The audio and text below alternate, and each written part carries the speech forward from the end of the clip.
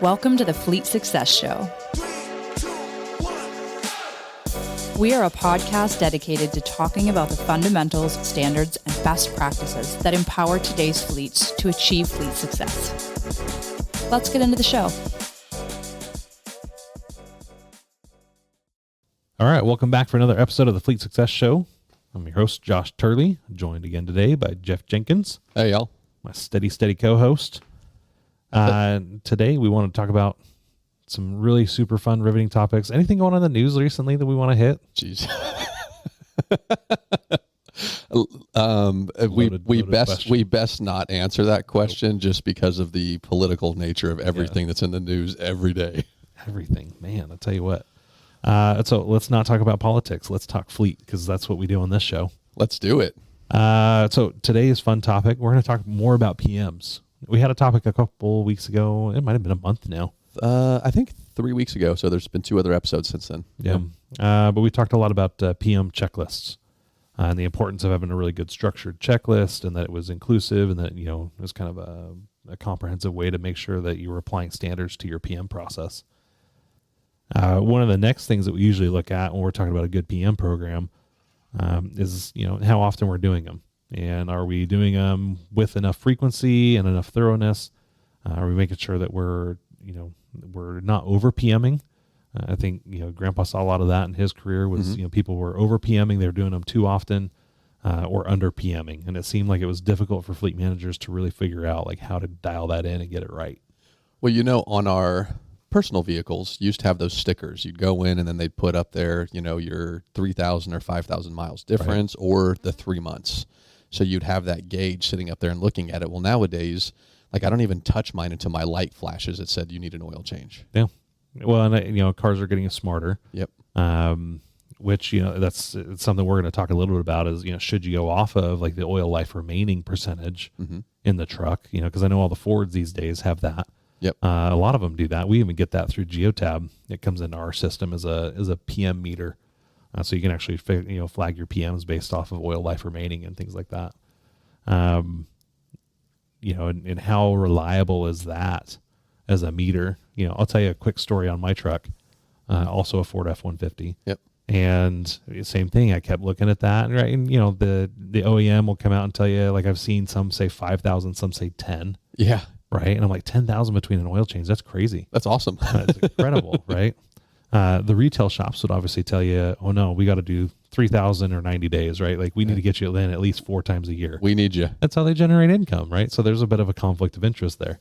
But if you're doing it in a fleet, you take that conflict of interest off the table. So how often should you do them? So my personal vehicle, I'm looking at the oil life remaining. I just had the oil changed, right? It gets up to 100%. It just kind of works its way down. And at the time, I want to say that I was probably at 8,000 or 9,000 miles since your last oil change. Since my last oil change, okay. Right? And I kept looking at it. I'm like, it's got to be coming up due soon, right? And it's like, no, oil life remaining was still, I want to say, at about 35 or 40%. Damn. Okay. Like I was like, okay, like I got some time on this. Well, all of a sudden, because it's only telling me the oil life remaining, but it's not checking my dumb disk stick for me. Right. Yeah. And so here I am not realizing that I actually had a consumption problem. Somewhere in the process, I'm burning oil. Oh. Didn't know it though. And so the way it manifests on an EcoBoost, if you're burning oil and you get suddenly low on oil, is that the turbos stop working, which is kind of an issue. And so all of a sudden you start getting underboost and you start getting, issues with the turbo system. I was worried maybe I was getting some blowback through the intercooler and through the blow-off valve. No, it was just straight up, I was low on oil.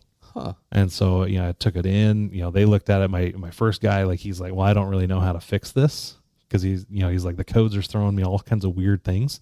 He's like, but maybe you're getting some oil leakage and the turbos are bad, but they're under warranty. So take it into the dealership. And I'm like, not the dealership. Yeah, damn.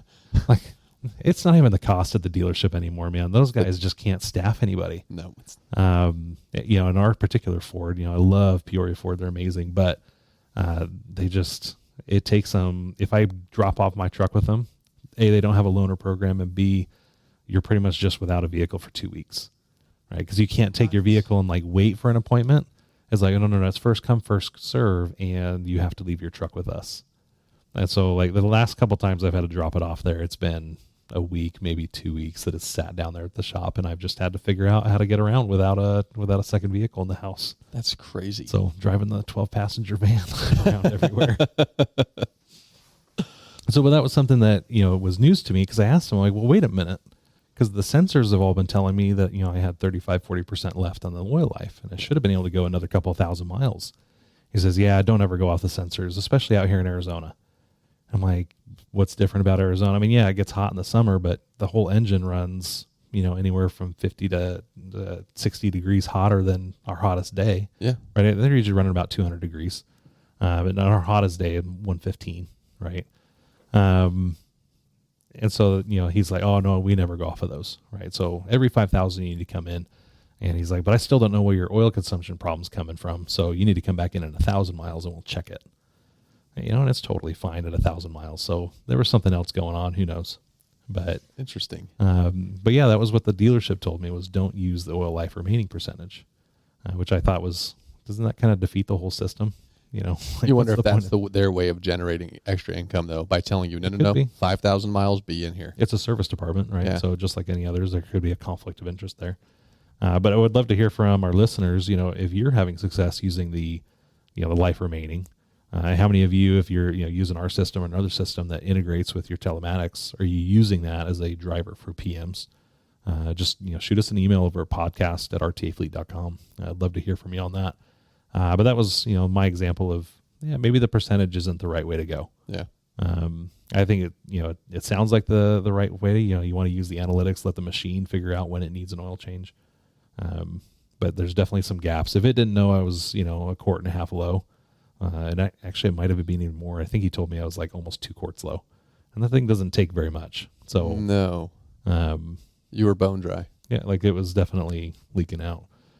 So checking checking the dipstick is now something that I do on my own. And I do it more frequently than I used to, because I know I can't trust the truck. Like I can't trust it to like tell me that something's going on that it should know on its own. So,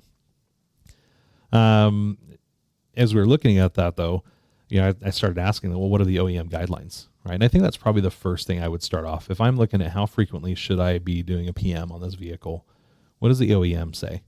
Especially if you've got new vehicles, because the OEM is going to look at your maintenance records if there's a warranty issue. Yes. Right? And so that's a great way to violate your warranty, is to not maintain it according to OEM recommendations. Because it's very easy for them to say, well, this was a maintenance problem, and you could have prevented it, so we're not going to cover this really expensive repair that you now have. So just even as like an insurance policy or as a warranty policy, following the OEM guidelines at least is a great first step. Now, if you've got vehicles that are out of warranty, that kind of takes it off the table. You still have to answer the question is, how often should you do them? But there's times I think even when the OEM guidelines, like I saw one that was, you don't have to change it for 10,000 miles. Maybe. Right. Like, and this really, it depends on how you're using the vehicle. Cause I've seen some trucks that, they're really glorified sedans. They don't tow anything. They don't do anything. They just drive from point to point. They might have, a quick little 15-minute drive here and a 15-minute drive there, but they're not really doing anything. So very light duty usage. And then other trucks, same 15-minute drive, but they're towing a 10,000 pound trailer behind them. Very different usage, right? And so the mileage isn't necessarily the best indicator on how heavy you're running that vehicle. Right. And, your environment makes a big difference too. Yeah. Not just whether you're towing or not towing, but, what are you driving on? What kind of roads are you driving on? Are you driving on dusty gravel roads? Is it nice pavement? What's the temperature like where you're going? Is it stop and go? Yeah. Do you have precipitation, right? Either snow or rain. Yeah. Right. All that can affect. Well, and snow's a good one. We don't deal with this down here in Phoenix, right? But what do they do when it snows? They salt the roads. What happens when they salt the roads and you get salt and water on your metal? It rusts. Rust everywhere, right? And rust, like your PM schedule for, a vehicle down here in Phoenix is going to be very different, and you're going to look at different things than you would if it was up in Maine. Right. Just because of the weather and the humidity and things like that. So if you're running a nationwide fleet, you have to take that into consideration. Yeah, every shop will have a different guide. Yeah. And I remember Steve actually told us a story about this when he was running CNG trucks for a garbage company. And all of a sudden, like all the CNG trucks stopped working up in the Northeast. Yes, I do remember that. Right. Yep. And he told the story about like, well, they couldn't figure out what was going on. And he pulled them out of service. Come to find out is because it was a cold weather, right? And they didn't have a fix from Cummins on that particular type of unit. And so they had to pull them out of service until they could get the cold weather working for these units. Down here in Phoenix, no problem at all, right? And that's where the headquarters of the company is. And so like they just didn't comprehend that different locations are going to have different use cycles. And so you have to PM them. You can't just say, well, these are all Peterbilt, roll-off trucks. We're going to PM them all the same nationwide. That doesn't work. Like you've got to look at the different operating factors that they're going to be running in. Yep. A lot of local government fleets, like you're not going to run into that problem. You're running in the same areas, right? But if you're a nationwide fleet, you're definitely going to need to look at that. The interesting thing I mentioned that like the towing, there's if you've got any vehicles that have PTO, they've got the power takeoff units on them, that engine's running and they're not accruing any miles. Right. So you could look at engine hours. But the one I really liked, and this is one Grandpa, he pushed so hard. It's less utilized, but that's using your fuel consumption as a PM guide. And so, thinking about like how far should you be able to go on this many gallons of gasoline? And if you've got a heavy duty cycle vehicle, well, guess what? That's actually going to get lower fuel mileage by using the gallons consumed. If a vehicle's sitting there idling, or if a vehicle's, using the PTO, the gallons consumed will trigger a PM, whereas the mileage wouldn't have. If a vehicle's running hard, let's say, like if you're running, you've got a trucking company, right? You guys used to haul like wood chips. Yep. Well, hauling wood chips versus hauling, that same length of trailer, because what you guys would load out probably before you'd weigh out. In that case, yes, right, and so we'd be way overweight, and right, and so the issue would be one truck might be loaded out, which means it's got a full trailer, but it's really not pulling a lot of weight. Right, yeah. The best example I have is like potato chips. Yeah, it's dry wood chips. It's dry wood chips, right, and so like it's just you're gonna fill up that trailer before you'll hit weight. Yeah. Well, that truck's not going to be working as hard as the same truck and trailer, pulling a 53-foot trailer that's full of Pepsi. Correct. Right? Because it's just, you're going to weigh out before you load out. And so you're going to it's just going to have a lot more weight to it. And looking at those use cases too. What are you hauling? What's the weight it's under? Well, the fuel consumption is going to tell you the difference between those two. So fuel consumption is an interesting one. So I have never, before coming here and hearing that, I've never heard anybody. Yeah. Any of the maintenance conversation shops I've been around, no one's ever talked about fuel consumption. It's always miles. Yeah. But no miles equal. No. But the fuel consumption, you think about it, if you're at a different elevation, it's going to change fuel consumption a little bit. Are you pulling up hills, not up hills? Pulling uphill, right? Are you coasting? Are you doing all that? Like how much gasoline or diesel is running through those pistons? And if you're running at 5,000 RPM going up a hill, like it's going to consume the same amount of fuel no matter what, right? Like 5,000 RPM, the fuel injectors are shooting the same amount of fuel. You've got the wide open throttle. Yeah. Right, like it's just going to consume more fuel. And so it's an indicator that the engine's running heavier or harder per mile than anything else. Yeah, so this is more, it's not really for sedans. This is more for when you're doing more heavy duty type. Yep. Yeah. Garbage trucks, construction equipment, trucking companies would, benefit from doing mileage. A fire apparatus is probably one of the best to use gallons consumed. So if you've got anybody running fire apparatus, those sit at fire scenes or at emergency scenes, and they just sit there and idle. Yeah, they'll idle for hours. Or they run the water pumps, right? And when they're doing pumping, like that's all coming off the PTO. Yep. And so those are load bearing hours on the engine, but you're not going to see that unless you're tracking hours, engine hours on the vehicle. And even then, an engine hour at idle is very different than an engine hour running a PTO. Correct. And so that's why you go back to fuel consumption and say, hey, like that's going to be the ultimate equalizer when you're trying to compare different meters to each other. I think more people should be using gallons consumed as a meter. But you can look at that and just see, well, how many gallons consumed does this go through between each mile? And you can turn it over and convert it. And then go through and you set your PM schedules based on that. And then if you have a month that you're using more fuel, then it's going to come in sooner. If you're running light, Maybe it sits more this month. Maybe you've got snow plows or something like that. They're just not going to consume a lot of fuel. You still set things like alternates. We always recommend having an alternate of like a day PM meter.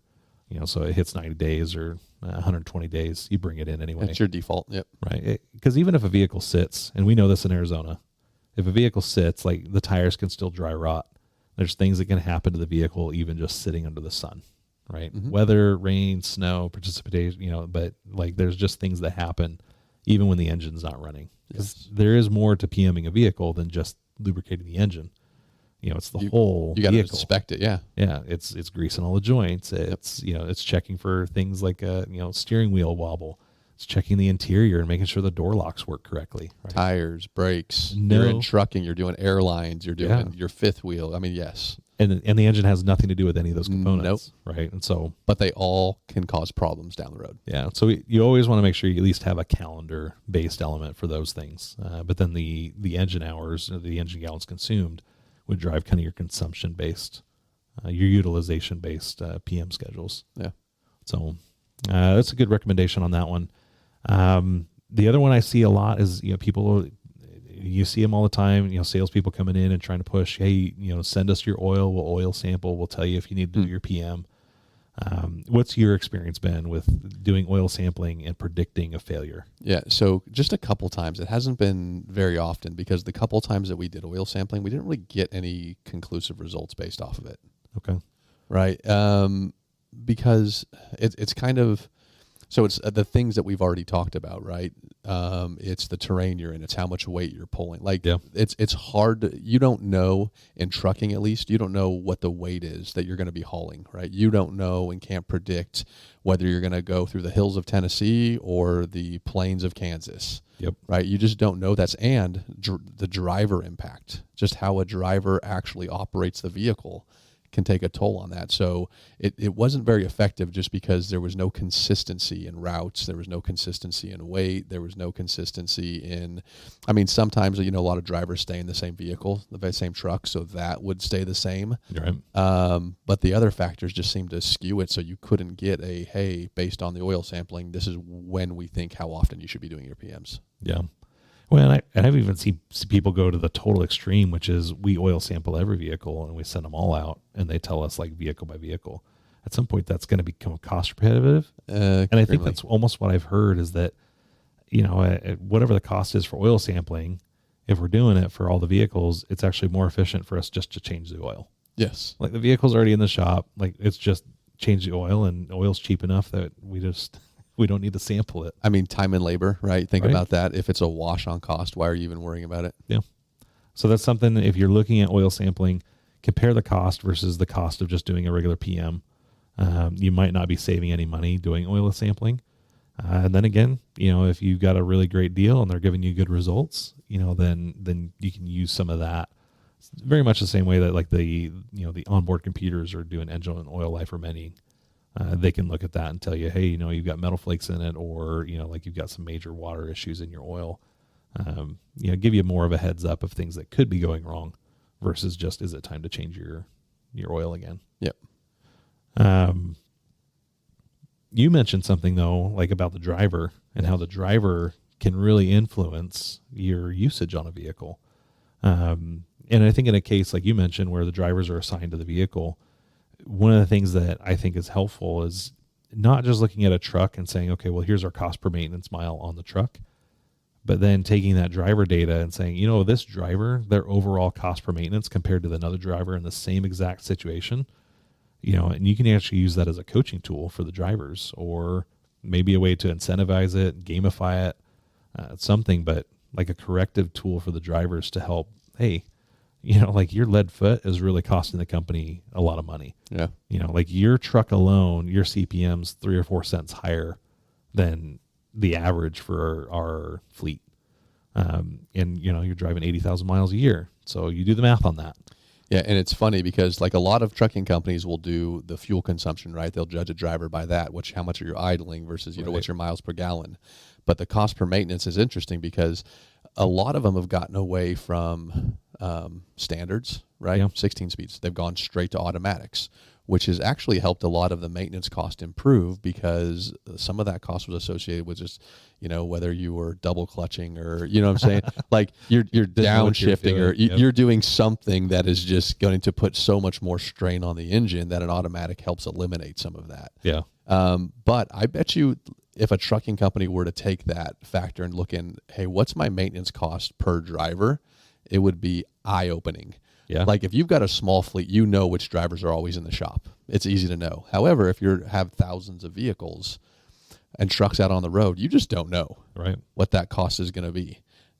It would be very, very enlightening, I think, to some people on how often their drivers are in the shop for the same thing. Yeah. For the same issues, or like how often are they changing brakes versus another truck of the same year, make, model. Tires is a big one. Tires, brakes, and fuel, right? Like those three expenses for an operating cost. If you've got an aggressive driver, that's where you're going to see it. Those three categories. Yeah, and if they're not driving enough to make up for that, you might want to find a new driver. Right. Give them a new route, do something. Right. Or, it's time to start, hey, you got to make up the difference. Mm-hmm. You're costing the company an extra $5,000 a year, $10,000 a year, you're not making that much money, man. No. It just eating into the how profitable are you as a driver, right, for the company? Yeah. And profits everything for trucking just to stay alive. And so the other thing that I like looking at, if I'm trying to figure out, are we doing a good job with our PMs, right? Are we doing them enough, and are we spending enough time on them? And this was a big one that Grandpa pushed a lot. Steve talks a lot about this one. It's your PM versus corrective ratio. How many repairs are we doing that we planned for, that we found them during the PM process, versus, it was a driver report later, between PM cycles, or it was like a breakdown or a road call on the road. And, coding that in your FMIS and making sure you understand the difference. How many PMs are you doing? How many PM repairs are you doing? Those are repairs you find on a PM. Yep. And we mentioned this, I think, in the last time we talked about PMs with checklist, is like the whole point of a PM is to find things wrong. Yes, to prevent. Right? And your goal is to find things that are going to go wrong or that are wrong already, so you can fix it while it's in the shop now instead of having a breakdown later, right? Like the whole goal is prevent the breakdown. And so if you're looking at like the PM versus corrective ratio, Grandpa was always a big stickler that should be at least 50% of your repairs should come from a PM job. And what he meant by that was, about 15% of your time should be spent, your labor hours should be spent doing the PM and doing the inspection. And another 50% should be spent doing repairs that you found from the PM. Yeah. So overall, like 65% of your labor should be coming and be tied directly to a PM line or a PM work order. Yeah, I mean, ideally that road call breakdown should be 0. Yeah. Because you're catching everything and fixing it in the PM. Yeah. Right. But you can minimize it for sure. Because, stuff happens, right? Yeah. Stuff that you didn't find, random, accidents, random whatevers are going to happen. You ran over a tire, a nail in the middle of the road, whatever. There's going to be stuff that's not preventable. But if you're running, and Steve would have a really good number on this, but I would say if your road calls and breakdowns are anywhere near 5%, your PM program's broken. Agreed. Right? Like 5% is really high, for the number of things that you're doing.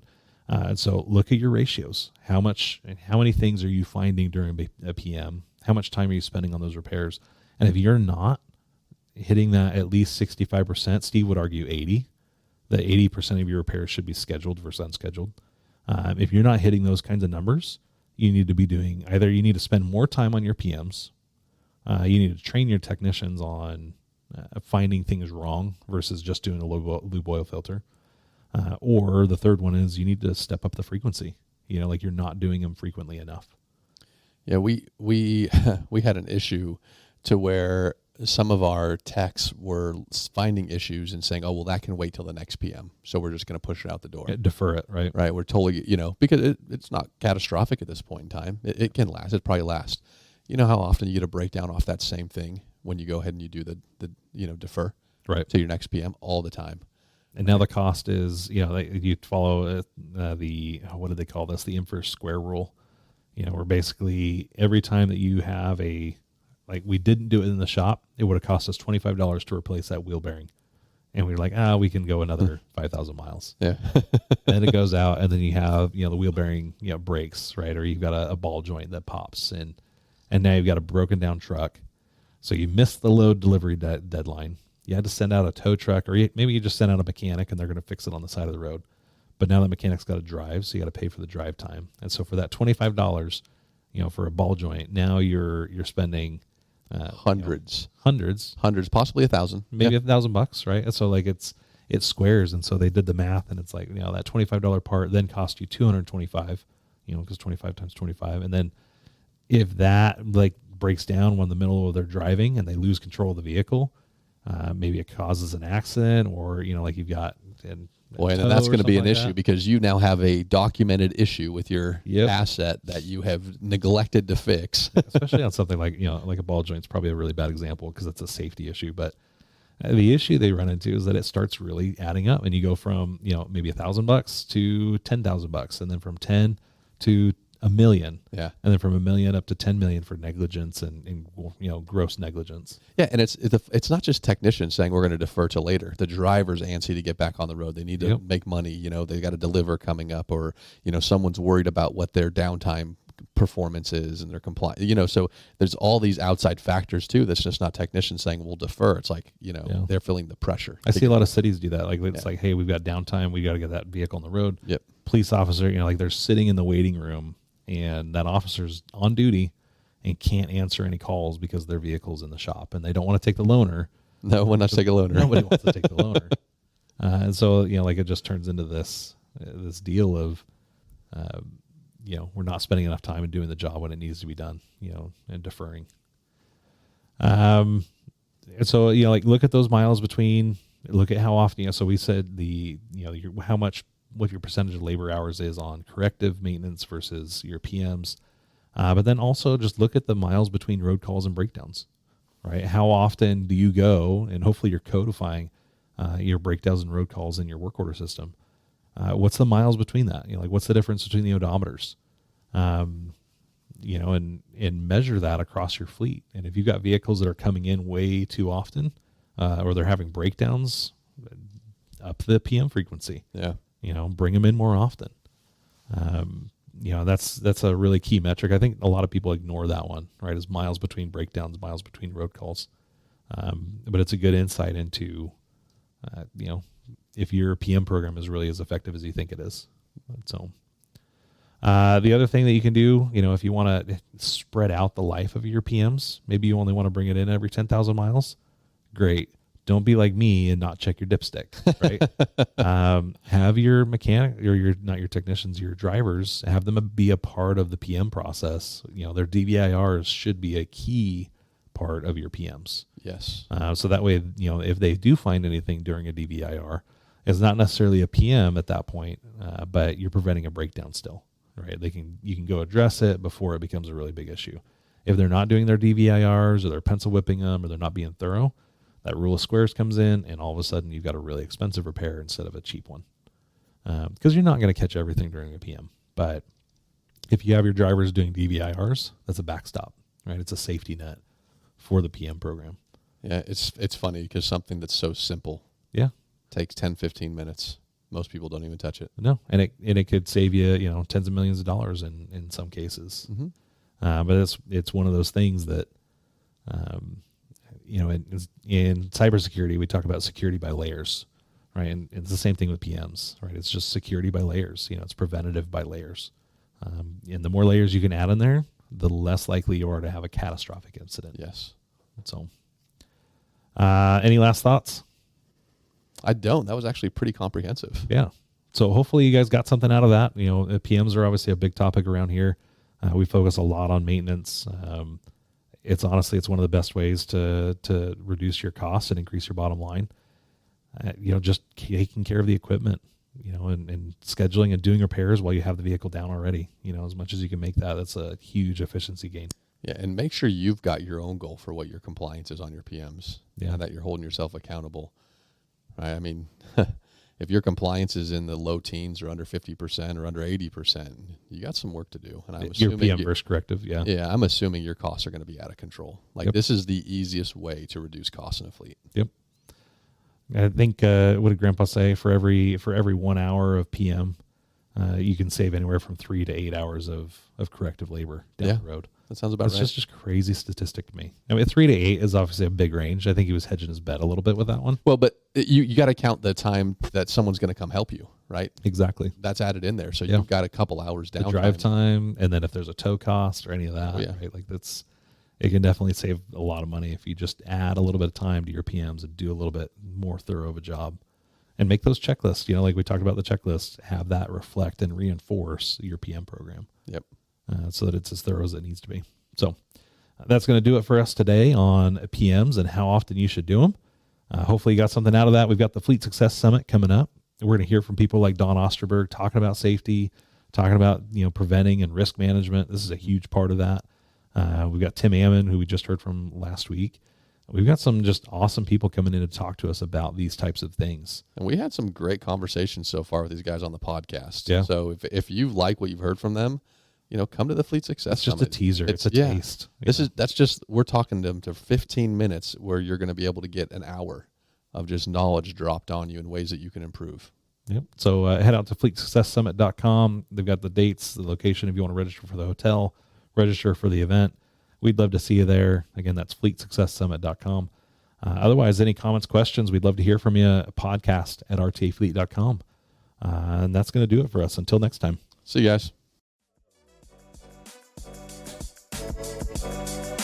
Thanks for joining us on this episode of the Fleet Success Show.